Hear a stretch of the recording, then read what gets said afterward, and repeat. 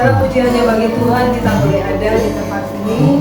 Saya percaya bahwa di tempat ini kita merasakan kebaikan Tuhan, tidak berkesudahan kasih setia Tuhan. Kita naikkan pujian Tuhan Yesus baik.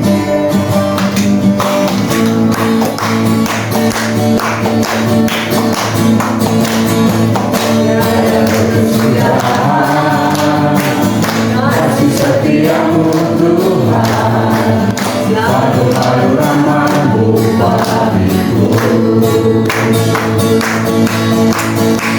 Hari demi hari tetap kulihat kasih-Mu, tak pernah berakhir hidupku.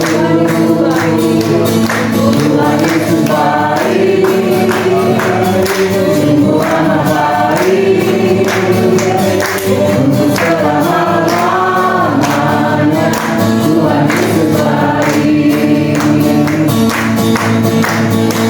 tiada berkesudahan kasih setiamu Tuhan, selalu rahmat-Mu bagiku.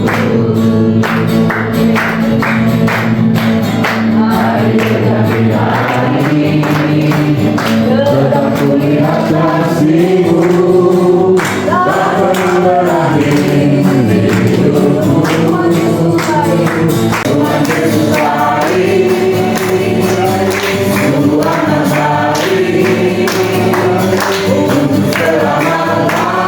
Tuhan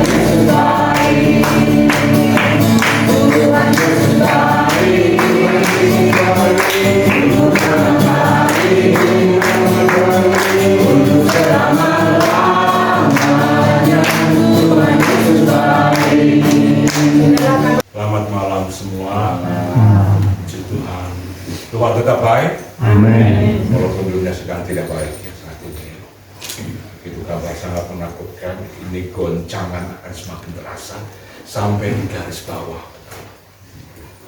Saya berani mengatakan demikian karena kejadiannya begitu sangat-sangat luar biasa saat ini. Selat Hormuz sedang diperjuangkan oleh seluruh dunia untuk dibuka selat itu, karena dari situlah mengalir minyak-minyak ke seluruh dunia. Puji Tuhan, Indonesia masih mendapatkan tanker Pertamina yang bisa lolos dari sana, sehingga kata 20 hari dulu minyak tersedia bisa dilewati. Satu tanker paling besar. Kita berdoa selama yang sedang ada pertikaian perang itu luar biasa, bisa terbuka buat tanker besar ini masuk. Bapak Ibu, kalau ini kejadian terjadi, kita tidak tahu lagi.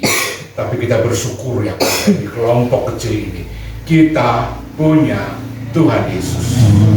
Seperti apapun keadaannya, kalau kita bersandar pada Tuhan, nggak tahu mesti bagaimana, ada pemeliharaan Tuhan. Satu ayat yang selalu saya pegang, tidak berkesudahan kasih setia Tuhan. Dan lihat waktu, jam, tahun berapapun, tak habis-habisnya rahmat-Mu. Selalu baru setiap pagi. Kapan? Setiap pagi. Selalu baru setiap pagi. Besar kesetiaan-Mu. Pegang ayat ini, serukan di depan Tuhan setiap waktu. Di hadapan Tuhan. Itu pasti mempunyai kuasa untuk pemeliharaan Tuhan kepada kita. Oleh sebab itu kita akan menghadapi hari-hari yang berat. Saya sampaikan ini, pendeta-pendeta besar juga sudah menyampaikan, ini satu benturan yang luar biasa akan terjadi. Ya, Iran mengancam Amerika, mereka akan masuk ke negara Amerika dan menghancurkan negara itu dari dalam sana. Mau seperti apa, biarkan saja Bapak Ibu. Kalau kita masih aman, bersyukurlah. Saya cuma mau mengajak Bapak Ibu, mari kita penuhi hari-hari yang tidak pasti semuanya ini dalam kita dengan penuh syukur kepada Tuhan. Sampaikan. Oleh sebab bisa tertarik mengenai satu renungan mengenai bersyukur senantiasa kepada Tuhan, karena itu hal yang paling menyenangkan Tuhan. Apa itu? Kita bersyukur sama Tuhan. Apapun. Abraham adalah orang yang dekat sekali dengan Allah. Begitu dekatnya dia kepada Allah. Setiap kali dia selalu mempersembahkan korban. Abraham dengan korban dengan korban persembahan itu selalu ada, selalu dekat, selalu dipersembahkan kepada oleh Abraham. Karena apa? Dia kenal Tuhannya. Dia tahu Allah itu, Allah Elohim itu yang baik, yang penuh dengan kuasa menepati janji-janjinya. Oleh sebab itu tidak berhenti-berhentinya Abraham menyampaikan syukur dengan persembahan-persembahan yang dia naikkan kepada Tuhan. Allah mau lihat Abraham lebih dalam, lebih sungguh-sungguh lagi, diminta anaknya. Toh dipersembahkan juga hebatnya itu. Kenapa? Dia kenal siapa itu Allah. Jadi apapun yang kamu minta, aku berikan. Mau apa? Anakku, tak kei, ayo. Kau saja. Dipersembahkannya anak. Maka itu kekasihnya Tuhan Abraham. Oh, betapa senangnya Bapak Ibu kalau kita menjadi kekasihnya Tuhan. Nggak usah mikir takut akan apapun juga. Terjaga, terlindung, terpeliharalah kita oleh Tuhan. Karena apa? Abraham selalu mau mensyukuri segala kebaikan. Oleh sebab itu, di usia 90 tahun pun disampaikan bahwa kamu akan punya anak. Abraham tidak ragu. Sarah masih ketawa di dalam. Malaikat berkata, kenapa dia ketawa? Maksudnya, kamu ragu ya dengan janji Tuhan. Kok kamu ketawain saya ngomong bahwa kamu tahun depan akan punya anak? Sarah ketawa. Abraham tidak ketawa. Dia mensyukuri apa yang Allah janjikan itu akan terjadi. Walaupun dia lihat tubuhnya, dia lihat istrinya 90 tahun, mungkin gak sih orang?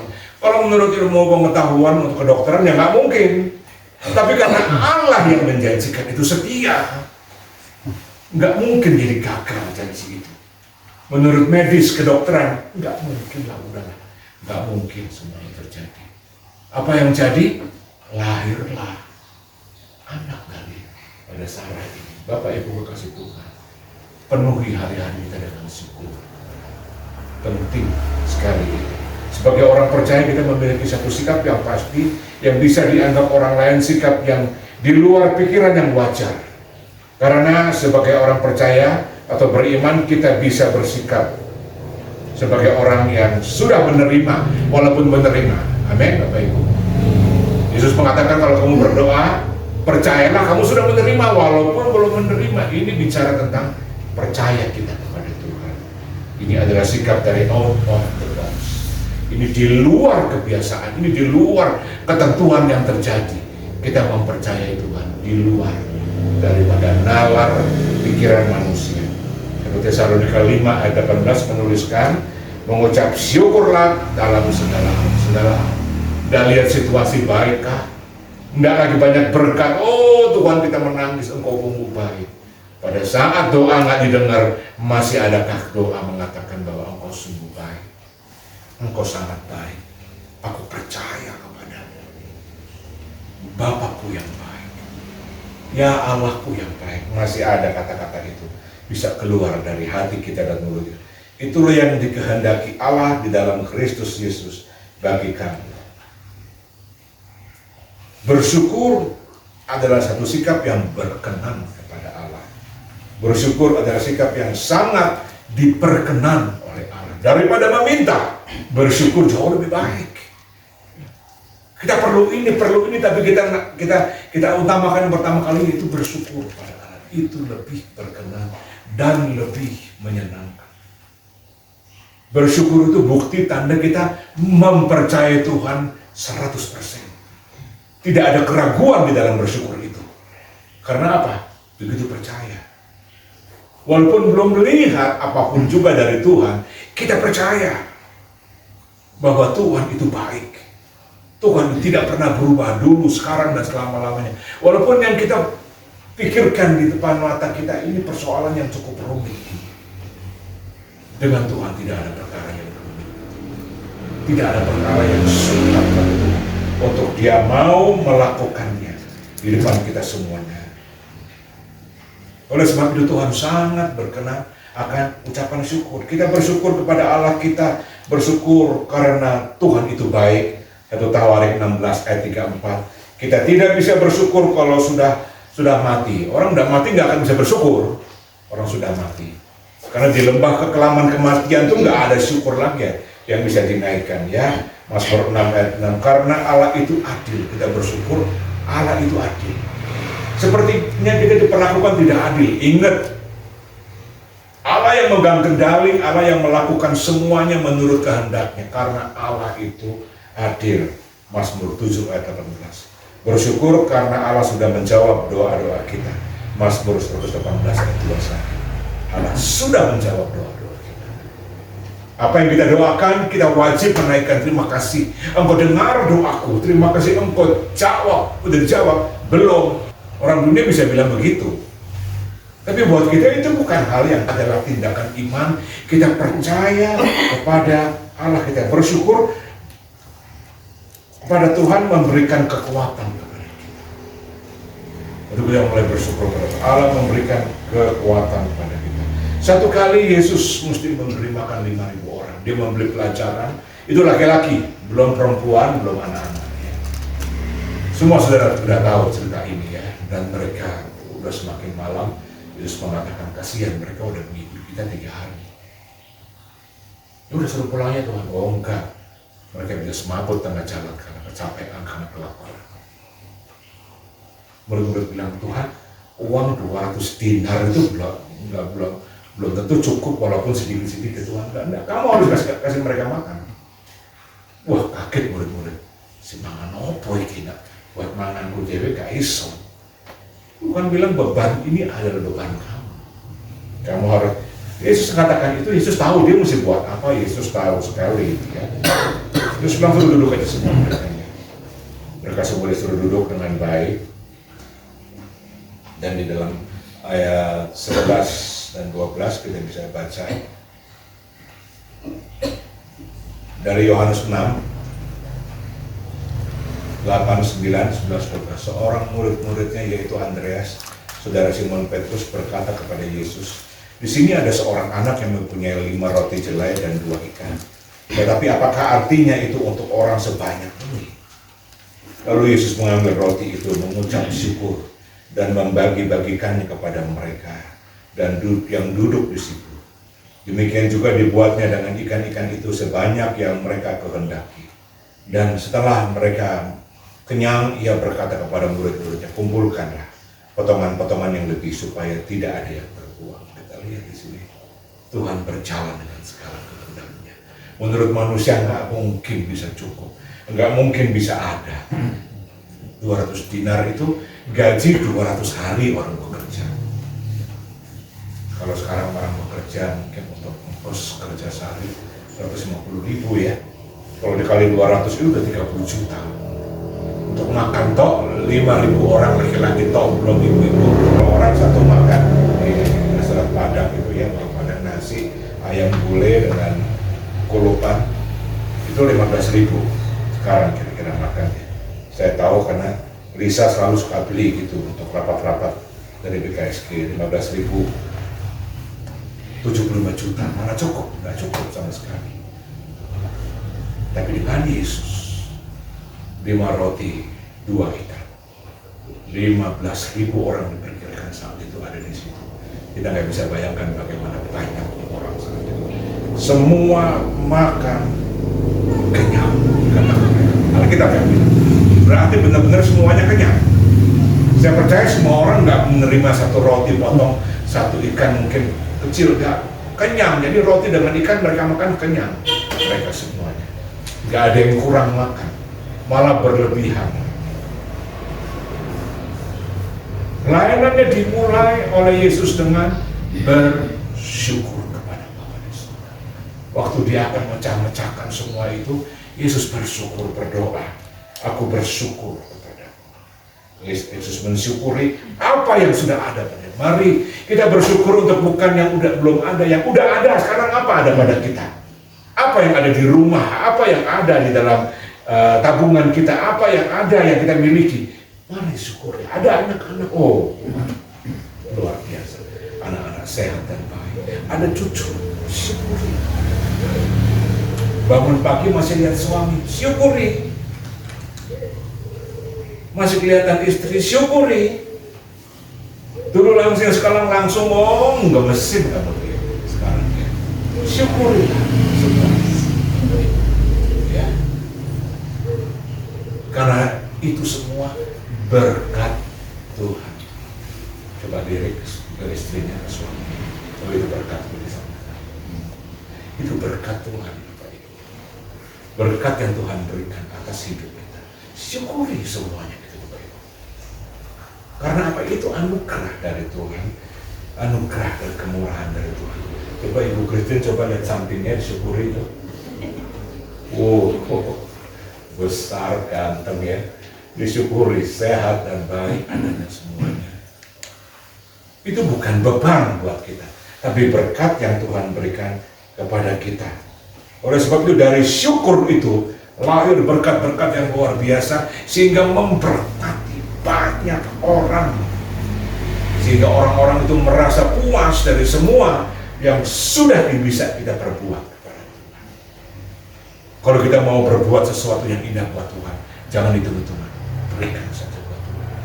Walaupun aduh sudah nggak ada lagi, semuanya nanti Tuhan akan gantikan semuanya. Tuhan akan gantikan semuanya, Bapak Ibu. Kasih Tuhan. Dan kita akan menjalani hari-hari hidup di tahun 2026 ini dimulai dengan perang di sana. Aduh, disambut oleh Tuhan dengan perang. Tuhan mau lihat adakah syukur masih naik dari gereja-gereja Tuhan. Adakah syukur masih ada di setiap hati dan mulut umat Tuhan saat ini. Setiap hari dipenuhi dengan berita yang menakutkan sekali. Gimana keadaan situasi saat ini? Jangan lihat dulu lagi, yuk kita lihat Tuhan aja. Kita lihat Alkitab, baca dengan setia. Itu akan mengubahkan hati kita. Dan di tengah-tengah keadaan situasi yang tidak pasti ini, kita melihat satu pribadi yang begitu pasti, yaitu Yesus yang selalu ada. Yesus yang selalu hadir malam ini pun. Saya begitu yakin Yesus ada di sini. Dan Tuhan melihat setiap pribadi. Mari berikan hati kita.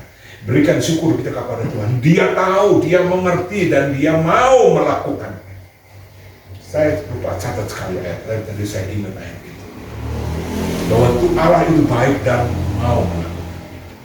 Mau melakukan apa? Mau melakukan kebaikan buat kita. Jadi kita nggak hanya mengatakan, oh Allah itu baik. Tapi kita bisa meresapi, ya benar. Dia baik, karena dia sudah melakukan untuk saya semuanya. Kita lihat di sini bagaimana Yesus mengajarkan kepada kita ucapan syukur itu mempunyai kuasa yang luar biasa. Murid-murid akan kagum, cuma dengan 5 roti 2 ikan. Guru kita memberi makan 15.000 orang kenyang, sisa 12 bangku. Kita masing-masing bawa 1 bangku semuanya. Tidak berhenti sampai di situ. Ini mujizat, betul ini mujizat yang Tuhan berikan. Oleh sebab itu, mujizat itu menyertai dalam setiap ucapan syukur kepada Tuhan. Seperti apapun, mari syukuri kepada Tuhan. Pulang dari pergi yang motor sampai rumah Tuhan, terima kasih. Aku sudah sampai di rumah. Aku bertemu istri, aku bertemu suami, aku bertemu anak-anakku Tuhan. Pagi-pagi hari Senin saya mesti jemput anak saya di stasiun 2:30 pagi. Jadi 1:30 saya dari rumah dan berangkat dari Batu ini. Begitu dia nampak keluar, saya menangis, Tuhan terima kasih. Anak saya lihat anak saya dan Tuhan. Ibu semua memelihara. Terima kasih. Dia tiba dengan selamat. Saya membayangkan di kereta api ada orang yang jahat dan bisa berbuat apa aja kepada anak saya. Bisa melakukan apa saja. Kereta api bisa terjadi apapun juga di sepanjang perjalanan. Tapi apa yang ada di dalam pikiran saya Tuhan jauhkan.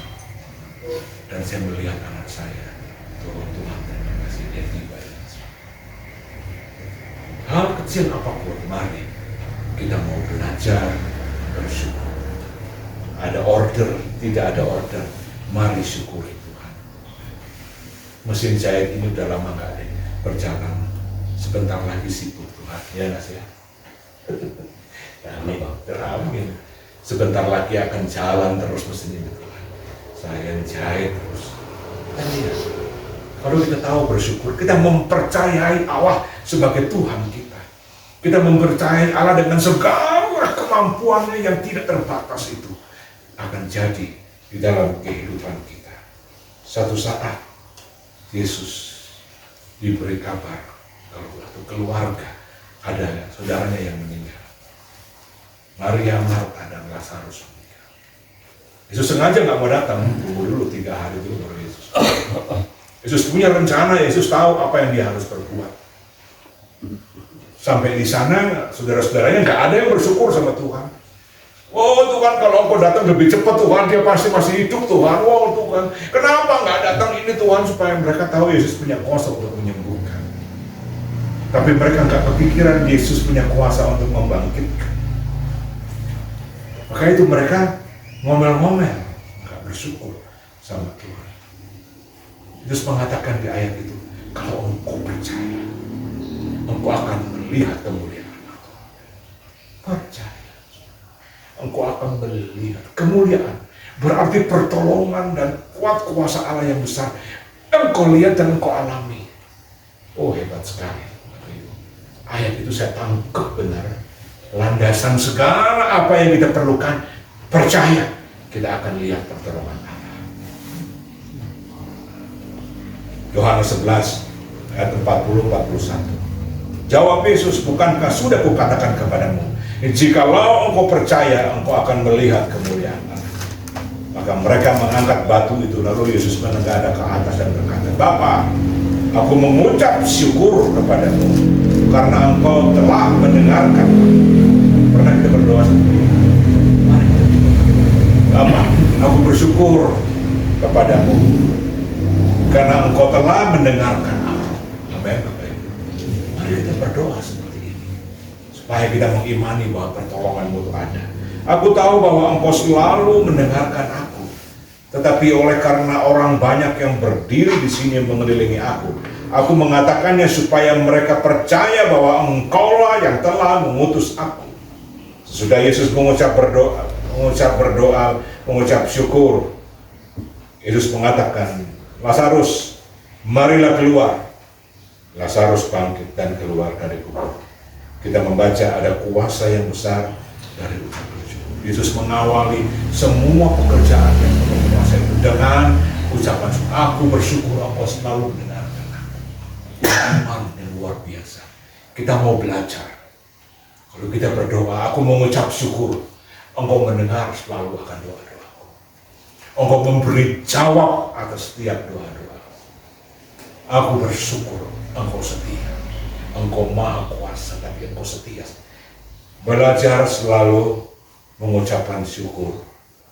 Suatu kali ada satu perjanjian lama, satu raja Yosafat, dia dikepung oleh 3 negara saat itu, yaitu dengan Moab, Amon, dan orang-orang dari Meuni. Dia seorang diri raja saat itu, dan dia mesti menghadapi 3 bangsa yang besar ini. Dia ketakutan sekali, dan dia mengajak rakyatnya semua untuk berpuasa dan berdoa. Dan Tuhan menjawab, jangan takut, aku akan menyertai engkau.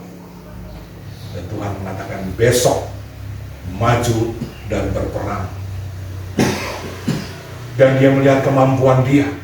Aduh, tentaraku nggak seberapa dibanding 3 negara. 3 negara, Bapak Ibu ya. 3 bangsa besar ini akan menyerang Yehuda saat itu. Tuhan bilang besok maju berperang. Dia nggak lihat bagaimana keadaan bangsanya, rakyatnya atau tentara-tentaranya. Dia datang dan dia siapkan tentara-tentara yang perintahkan Tuhan. Dia sangat percayanya. Kalau orang yang percaya Tuhan, dia nggak lihat lagi gimana keberadaan saya, layak nggak, cukup nggak. Dia siapkan aja semuanya. Dan dia siapkan tentara-tentara. Dan dia atur perang. Apa yang ditaruh oleh raja itu? Tidak pemuji, penyembah, taruh barisan depan. Yang tentara di belakang. Ada negara membuat peperangan seperti ini. Di depannya ialah pemuji dan penyembah Tuhan, pemain-pemain musik. Jadi mereka maju, di depan ada pujian, penyembahan, musik, rame. Mereka jalan maju ke depan. Tuhan bilang, aku yang akan berperang. Dan naiklah puji-pujian kepada Tuhan saat berperang itu maju. Apa yang terjadi Bapak Ibu? Allah bilang, aku yang akan berperang. Allah malaikat Allah turun dan malaikat Allah membunuh 3 bangsa besar. Mereka saling membunuh. Apakah tentara-tentara itu berperang? Tidak ada. Mungkin pemuji-pemuji gemetar nyanyi di depan itu bangsa yang besar itu. Kita mati duluan, mungkin mereka lihat belakang enak atau kayak Burio. Aku muji-mujian di depan gini. Loh, bangsa yang besar. Apa yang jadi bangsa itu kacau, saling bunuh satu dengan yang lainnya. Pujian, penyembahan, syukur mengerjakan kekuatan Allah yang besar begitu nyata dan melakukannya dengan luar biasa. Dan mereka melihat semua menjadi bangkai saling bunuh 3 bangsa. Mereka nggak bertempur sama sekali. Dalam kitab-kitab Yosafat, Yosua, apa yang Tuhan lakukan? Allah bisa lakukan peperangan lewat binatang-binatang buas. Bangsa Israel tidak berperang, tapi binatang buas Allah suruh berperang. Mereka mengalahkan musuh-musuh dari Israel dan binatang-binatang buas. Belum lagi dengan batu-batu langit, meteor-meteor datang menimpa musuh-musuh bangsa Israel saat itu. Yang dibunuh lebih banyak dari batu-batu itu daripada bangsa Israel membunuh musuh-musuhnya. Apa yang mereka lakukan? Mereka mensyukuri Allah. Mari Bapak Ibu, mungkin konsep doa kita mesti berubah saat ini. Kita wajib bersyukur pada Tuhan. Kita akan mempercayai Tuhan sungguh bekerja amat sangat luar biasa. Karena kalau Tuhan melakukan, maka Dia tidak akan melakukannya setengah-setengah. Tuhan kalau menuntaskan, Dia akan tuntaskan luar biasa. Kalau kita tidak bersyukur, kita orang berdosa. Karena apa? Kita percaya tapi kita tidak melakukan. Kita tidak mensyukuri semua pertolongan Tuhan. Kita berdosa. Karena apa? Kita sudah mengetahui pertolongan Tuhan itu. Mari kita mensyukuri sekarang. Karena ada hukuman bagi orang yang bersungut-sungut. Yudas, kitab Yudas pasal pertama. Di perjanjian baru, kitab Yudas pasal pertama.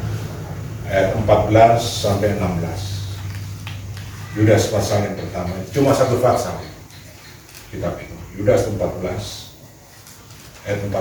Saat pertama ayat 14. Juga tentang mereka Henokh, keturunan ke-7 dari Adam, telah bernubuat katanya, sesungguhnya Tuhan datang dengan beribu-ribu orang kudusnya, akan termasuk dengan kita. Kalau kita masuk semua dalam surga, kita ada dengan satu kelompok besar tentara yang dipimpin oleh Tuhan sendiri. Ayat 15, hendak menghakimi semua orang dan menjatuhkan hukuman atas orang-orang fasik, karena semua perbuatan fasik yang mereka lakukan, dan karena semua kata-kata nista yang diucapkan orang-orang berdosa yang fasik itu kepada Tuhan. Mereka itu orang-orang yang menggerutu. Hati-hati, ini orang yang akan dihukum oleh Tuhan. Orang-orang yang menggerutu, enggak ada ucapan syukur, masih mengatakan bersyukur apa ya? Saya pernah dengar kata-kata itu keluar dari seorang anak Tuhan. Mau bersyukur apa kita ya? Kok ada malaikat dekat mandi di depan ya? Mereka itu orang-orang yang menggerutu, yang mengeluh tentang nasibnya, hidup menuruti hawa nafsunya, tetapi mulut mereka mengeluarkan perkataan-perkataan yang bukan-bukan, dan mereka menjilat orang untuk mendapatkan keuntungan. Kita lihat di sini Tuhan dengan beribu-ribu orang kudus datang untuk memberi hukuman bagi orang-orang ini. Yang ngerinya tadi dikatakan orang yang menggerutu dan mengeluh akan nasibnya. Jangan lagi kita menggerutu atau mengeluh kepada Tuhan. Mari kita ganti dan mengucapkan syukur, pujian kepada Tuhan, karena segala kebaikan-kebaikan Tuhan. Akan kejadiannya yang mengerikan akan terjadi. Tapi kalau ada pujian, penyembahan, syukur kepada Tuhan dinaikkan, Allah akan bersikap, Allah akan melakukan apa yang menjadi kehendaknya kepada setiap pribadi. Keluarga itu mulai menyembah, bersyukur pada Tuhan. Atas keluarga itu mata Tuhan tertuju. Atas keluarga itu perlindungan, penyertaan, pemeliharaan Tuhan akan ada atas keluarga. Maka firman Allah mengatakan akan ada beda antara orang yang beribadah kepada Allah dan orang yang tidak beribadah. Akan ada beda. Akan terlihat bedanya orang yang beribadah kepada Allah dan orang yang tidak beribadah. Mari kita mau beribadah. Bukan sekedar kita datang memuji Tuhan dan mendengar firman, tapi kita mau beribadah kepada Allah dengan menaikkan pujian syukur kepada Allah atas apa yang ada pada kita, atas apa yang jadi pada kita. Mari kita mau syukuri semuanya dan menggantikan semua keluhan, semua perkataan-perkataan nista yang keluar, persungutan segala macam dirubah menjadi satu pujian penyembahan kepada Tuhan. Tuhan memberkati.